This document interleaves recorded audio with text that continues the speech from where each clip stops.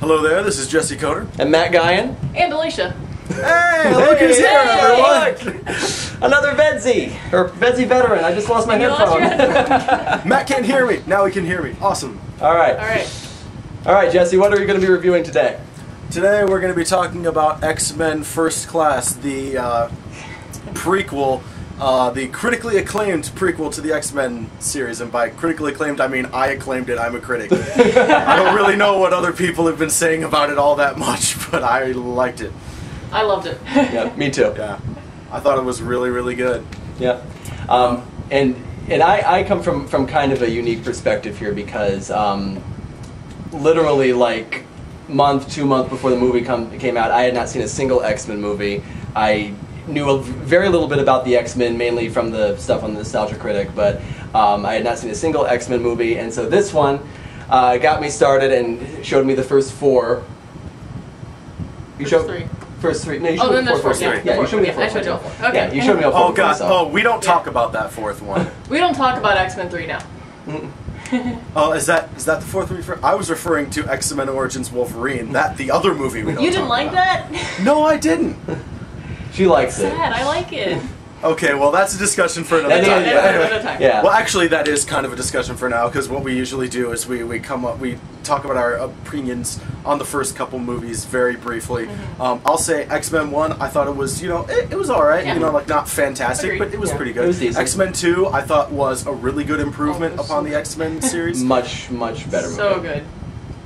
X-Men 3, as I said, we don't talk about. Let's not We don't X-Men talk 3. about that. X-Men Origins Wolverine, evidently we have some disagreement here. I really didn't like it. But, again, that can, what do you guys think? I thought it was okay. I think I like X-Men 2 better. X-Men 2 is the best, yeah, definitely. Oh, yes. But X-Men 2 was the best. Yeah, I wasn't, well, yeah. Yeah, sure. Yeah, I was okay with it. Like, was kind of so-so on it. Yeah, X-Men is kind of, is kind of like that for a lot of people, Yeah. A lot of people can just sort of take it or leave it. Not a whole lot of people are, like, really passionate about X-Men. Some are. Yeah. Yeah. All right. So this movie. Opinion, in very brief, I thought it was easily the best of the X-Men series. I would put it right up there with some of the best superhero movies of all time, really. Yeah. I mean, it's a very different breed from a lot of other superhero movies, but I think that it sort of stands in a league of its own in that way, and I thought it was really, really good, really unique. Yeah, I would definitely agree. And again, for someone who was introduced to X-Men really very recently, it was nice to kind of see the background, to see the backstory, and I felt like I wasn't terribly confused by what was going on. So I felt like it was well done in that way, and it was nice to kind of see the origins, the X-Men origins. Not that one. No. Yeah, no, just overall, I really liked it. I was really excited for it to come out, and I was pleased. I was really happy with what they did with it. I thought it was very, very good. I think the biggest strength that this movie has, at least in my opinion, is the characterization. I thought pretty much everyone in this movie was really well characterized. And, like, as a comic book fan, it was kind of cool to see how they chose to do, different characterizations and different casting. One of my favorite things was the way that they had Xavier and Magneto, the guys who played them, play those roles. I thought it was a really interesting idea and a really good idea to have the guy who plays Magneto to be the one who has more, like, charisma and is more traditionally heroic. Yeah. And I think that allows you to kind of, really see where he's coming from, and you really feel the pain of this character, and you really understand him, and you identify with him. Yeah. And I think that works to the great strength of this movie. Magneto is a fascinating character, and this actor in particular, I felt played him very, very well. And made me feel sorry for him while also realizing that, yes, this is going to end up being the bad guy. Alicia? Yeah, the guy who played Magneto blew me away. He did a great job at it. He really did capture the character well. Like you guys have already covered everything. He really just captured the emotion of how he felt, and you could really just kind of see how this transformed and how the Magneto in the later movies came from this guy. And I think what makes the whole thing work is, obviously it's centered around, the Xavier Magneto relationship. And even though they know each other for a very brief amount of time, because of the situation they're in, because of the period of time that the movie takes place in, and because of like just the fact that they do have a lot of things in common, and of course there's like that moment where they have the mind link, where they actually experience one another's emotions in that moment. I think that they did a really good job of creating a bond between these two characters in a very short amount of time. Yeah, I would definitely say so. I think that's really what drove the movie, with just the friendship, and I'm really excited to see movies do that, that focus around a friendship. In a lot of ways, I feel like that's what Harry Potter was about, focusing around this friendship of three people, and I felt like this movie did very much the same thing, and it's exciting to see movies doing that, and taking it to a deeper level. Yeah, just making it not so much about people with powers, but just people. Yeah, and I think that was kind of the original intent of X-Men, was not so much to show off these really cool powers, but to make it relatable. And I think that's what the point of science fiction should be in general. Absolutely.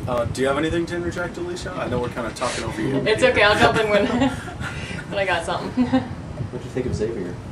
Oh, you're gonna bring that up now? I'm gonna bring that up. You're gonna bring that up now? Yeah. Okay. All right. Fine. Xavier, really, as a character, I didn't like him. See, I don't think that the movie really asks you to like Xavier. Yeah, he just... I think it just asks you to kind of listen to his viewpoint. Yeah. Not so much like him. He was just... Which I thought was an interesting choice. Yeah. I'm still not entirely sure about how I feel about it, but I think it's interesting to kind of have him play someone who is really very emotionally detached in a lot of ways. Yeah. He was just really smart, and like you didn't get this idea that he was kind of exploring with the other X-Men. Like he just seemed to already know everything. He wasn't like learning with them. He wasn't growing with them. It just seemed like he knew he had the answer to everything. And that just kind of bothered me. And I'm kind of on the fence about Xavier as well. Like I enjoyed it while I was watching him. Like I enjoyed listening to him speak and watching him. But upon thinking about it, yeah, I'm kind of on the fence about his character. I think a lot of the minor characters in this movie do a really good job too of making you really like them, because they show like little tiny moments that you sort of share with those characters are really fun. Like when they're all messing around with their powers and that was great. There are a lot of really great little scenes in this movie. Like I love the scene where they're gathering up all of the people that they want to be on the team. And by the way, that scene, if you haven't seen it yet, I'm not going to spoil it, but it has the greatest cameo in the history of Marvel movies. Just blows away every Stan Lee cameo. Absolutely. It's fantastic. That was great. I just thought it was the greatest thing. And another thing I really love about this movie, I have to say this, is that from a continuity standpoint, if this movie truly is in continuity, it basically negates the events of X-Men 3 and X-Men Origins Wolverine. Yeah, it really does. Which I'm kind of a fan of. It's just sort of yeah, let's forget about those movies, guys. Those didn't happen. Let's just put those away in this little folder here.